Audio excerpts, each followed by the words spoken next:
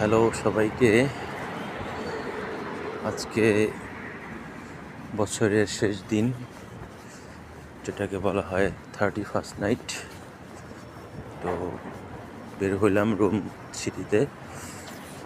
এটা হচ্ছে রোম সিটির একমাত্র সিটির ভিতরে একটা গির্জা। ইটালির ভিতরে 3 নম্বর পর্যায়ে আছে। এখন আমি যাচ্ছি আমার এক বড় ভাইয়ের দোকান দেখা করতে। রাতের ইটালি শহর খুব সুন্দর। রোড আমার ক্রস করতে হবে।